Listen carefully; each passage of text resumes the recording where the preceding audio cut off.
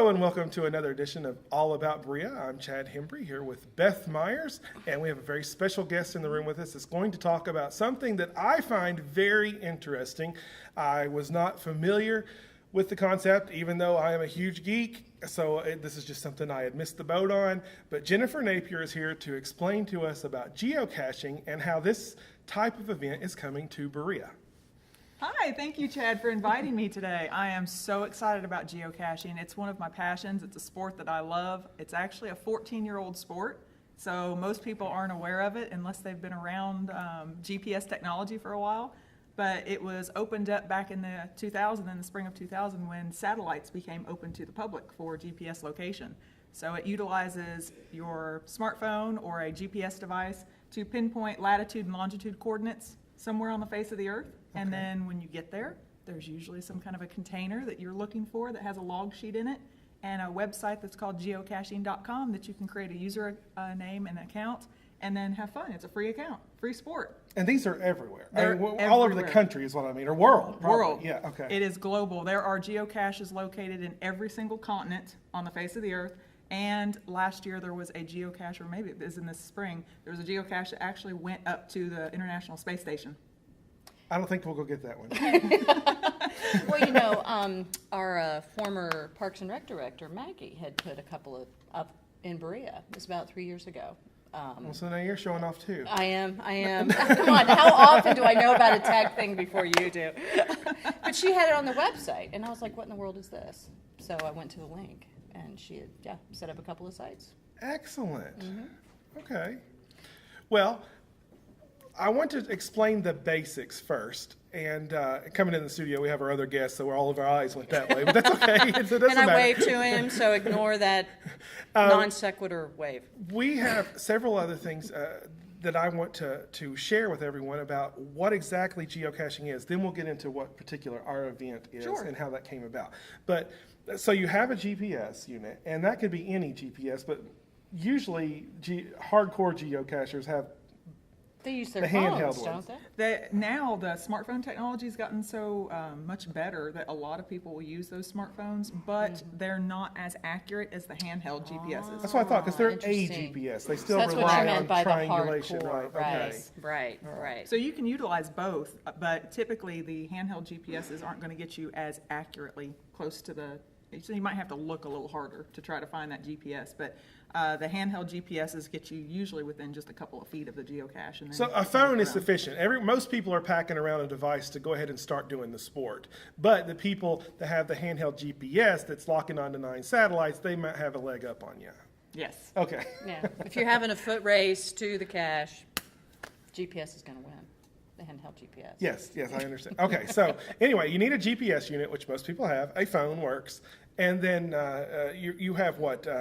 Something on a website that says roughly a hint of where it's at? Yes, the geocaching.com website, when you create a username and password, just like you would with any other digital account that you have, then it gives you the option of looking up geocaches by location. So you can have it map your location where you're at, or you can type in a zip code or a town, the name of a town, or even a site. For example, if you were going on vacation and you said Walt Disney World, you could type Walt Disney World and it would show you the geocaches that were nearby to that. So you utilize the website, and it's a free account, so you can create that, utilize your handheld GPS or your smartphone, and then you can go out and find geocaches. So I imagine that there's probably even a mobile app for this. Yes, there is. So that it's all right there in front of you. You can download the mobile app. The geocaching.com app, of course, is a name brand app, so there is a fee involved with it, but it's only about $10 to download that app. There are some free accounts out there, but when I've been out geocaching, some of my friends have downloaded the free accounts, and theirs aren't quite as accurate sometimes. Or they don't have the same number of geocaches, like they're not posted onto the other website. So, look, if you want to do the sport, spend the $10. Yeah. Are you supposed to make it a little difficult to find them? Like make it challenging, like hide them under a bunch of rocks or something, or is that not really the idea? They are challenging. They're meant to, and there's different difficulty levels. So they're ranked at a level of 1 to 5, 1 being pretty easy to find. 5 being You have to rappel. you have to rappel or go scuba diving to find these. I thought you were going to say Yeah, that. rappel, Nice. It's serious somewhere rock climbing. 100 feet And up that's this why cliff. it's a sport, because you're not just walking around with a little I'm pretty sure technology the in your space hand. station one would Kicking at count rocks. for a 5 too. Okay, yeah, that's true. You know, no, it has to be like a 7. Does this go to 11? You're right.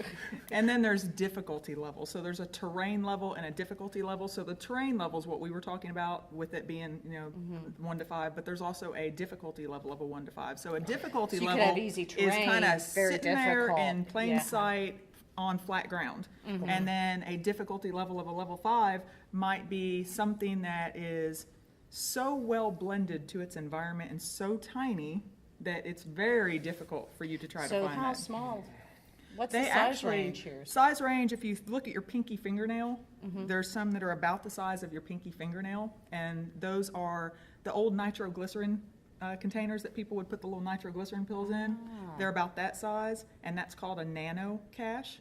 And then they go up all the way to, some people have been very creative and they've used old refrigerators and old freezers or something like that and created geocaches out of giant containers. But the larger the container gets, more often you're going to have things called tradables. And so if it will hold tradables, that means if you find something, you leave something. So it could See, be a that's the little one I was trinket aware of or- at Parks and Rec. So when you get to the really small ones, though, the idea is just to find Just it. to Right. sign- There's just obviously to not going sign to be your There's name a or log whatever sheet it is. in Skinny yes, little- there is a tiny little log little sheet piece in of there. dirt, right. When you pull it out, you have to like unroll it and write sideways on it. Little Chinese characters. Okay, but And then when someone the goes back bigger and you checks get, that log periodically and then reports it to geocaching.com. Well, once you log that geocaching Yeah. log sheet, you'll go back to the website, geocaching.com, and then you can log online that you found the geocache. And so Oh, that's okay. where the sport comes in, is because the longer you're with geocaching or the more involved you get with it, you're really racking up the number of finds that you have. Okay, all right. and I bet there's, Grand Canyon? I mean, they probably hit major spots, probably all over, I would imagine. They're Yeah, everywhere. yeah. Well, this is very exciting. So now tell us how this type event is coming to Berea. Well, I am an avid geocacher. I love to geocache. My family's not so much an avid geocacher, so they enjoy the sport, but I love it so much I've burned them out on it. So I have always attended. I don't want to see another piece of crap. So I was trying to find an event cache. When I first got involved with geocaching, one of my friends who An happens to event be in cache. the event cache, and that's what this is called. Cash. Yes. So one of my friends who's actually in the And Navy. that's CACHE, That's we should because be Cash sure, not Mob was already CASH. taken. Yes. Right. Except a different cash. Well, and you have to think this geocaching was kind of started by people that were in the technology field or former military type fields. And so cache was a definition for a surplus or a place to hide things. Right, So like a you think of stash. weapons Your cache stash or cache. stash Yeah. cache and things Okay. like that. But I was CIA. introduced to the sport through a friend of mine who is in the Navy. And I instantly became addicted to it. And since my family's not quite as addicted to it as I am, I wanted to find an event cache where I could meet other geocachers to learn more. And Lake Cumberland State Resort Park with the Kentucky BART systems has an event every year. And so I went down there back in 2011 and loved it. 80 to 100 people would come to this event, and you'd go all over the state park. And so I said, Geeks rule. Oh, that would be fun. That would be fun. Yeah. it is awesome. You'd have Boy Scouts, you have a lot of retired yeah. people, military, and families, and Right. it's just an act. Well, since the awesome difficulty sport. level is a range, you don't have to just get the extreme. Well, I was at the board meeting when Jennifer first brought this up to us, that she was doing geocaching and kind of taught me about it. And she decided that it might be a good fundraiser for the Chamber of Commerce. And then you brought the idea forward, and you were worried about the Cumberland not going on for some reason. Right, because I was worried eventually if the Cumberland State Park, if that phases out, or if the people that are in charge of that event retire, I thought Berea would be a great place for us to maybe capture the audience that was attending at Lake Cumberland State Resort Park. And most of the time when I've talked to people, they always know where Berea's at. Right. Whether it's the arts and crafts or the Pinnacles hiking trails, things like that.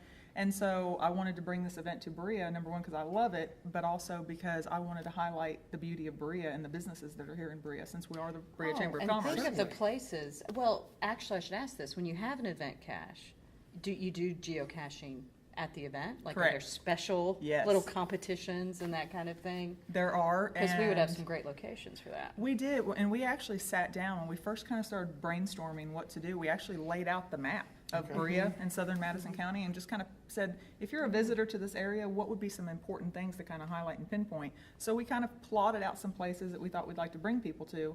And then Kentucky State Parks was absolutely kind enough that they have allowed Robert Myers, who works at the Lake Cumberland State Park, to come up and start helping me organize and prepare for it. That was great. So, So- he actually, right, he works for the state park, Right. and okay.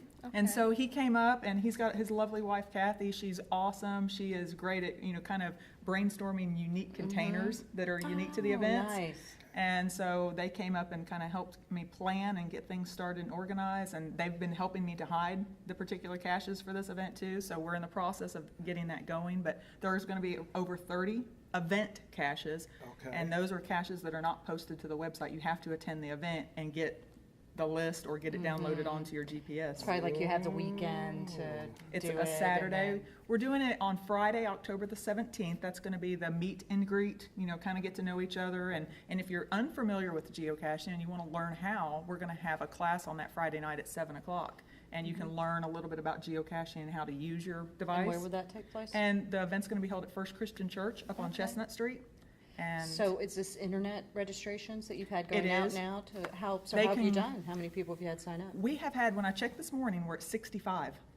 I assume that's good. Like, Yes. how was that? What did you have a hope, like an idea of how Well, many you when wanted to bring I in? was speaking with the Kentucky State Parks, and I didn't know what to expect, so I said, they kind of joked, they said, well, the very first time that we created an event down here at the state park, we had about 25 people to attend that very first event, and we're at 65 already. So That's because Berea is so congratulations. cool. They're I so am- cool. and- Everybody wants to come here. we're still a month away. That's what's so exciting. We're still a month away from registration. So you still have time to register, but you can register the Berea Chamber of Commerce through bereachamber.com Okay. and online registration. It's a free event.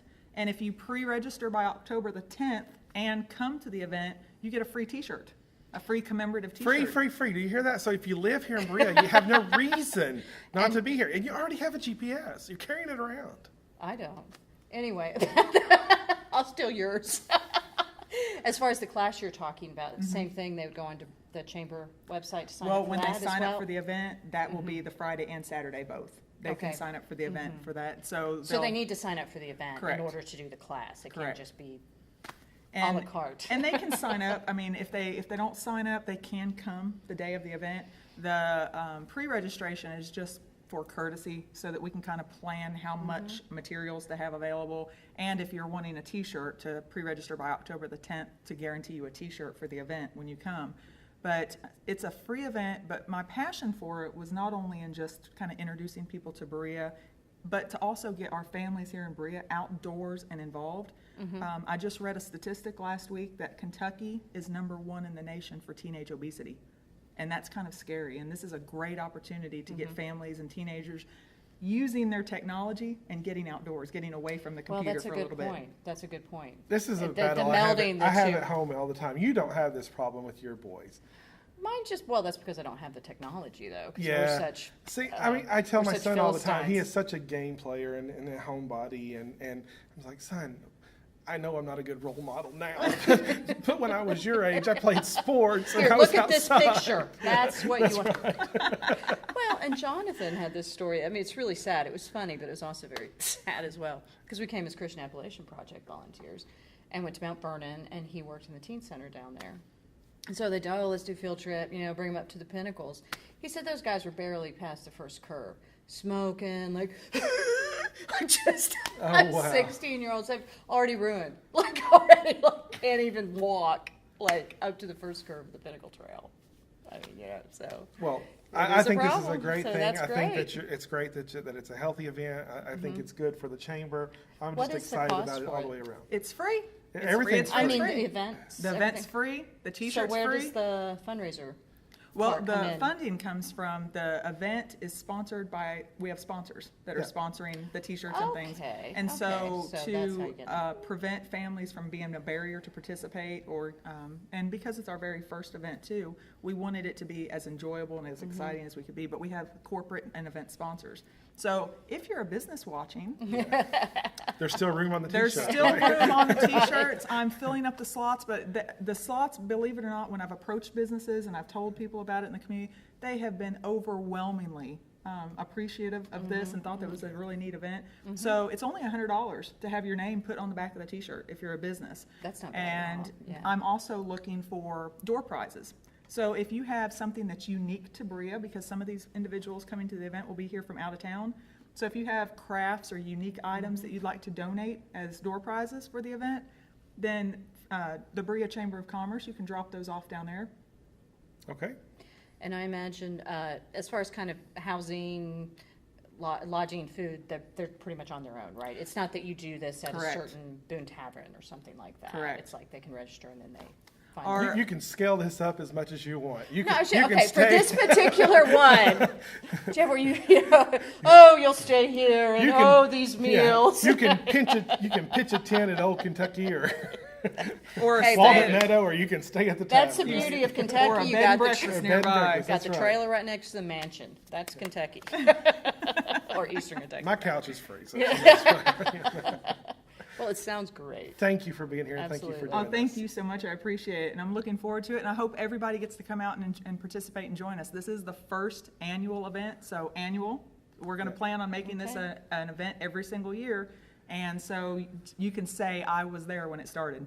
Now, if That's somebody true. wants to contact you, you have Well, if you your already own got business 65 too, so go ahead and people. share that. All right. My business is Jennifer Napier Career Consulting, and I do on-site corporate training and career coaching. So my business is one of the corporate sponsors for this event, and you can feel free to contact me as well. My phone number is 859-779-0885, or you can visit my website. That's www.jncc4u.com. jncc4u.com. If I can remember it, anybody can. All right. Thank you again. This is All About Berea. We'll be back with our next segment. We're recording this show. It used to be an hour-long show, and this season, as you've noticed, we are doing them in segments. And we have another guest coming up here shortly, and we'll be right back. We will.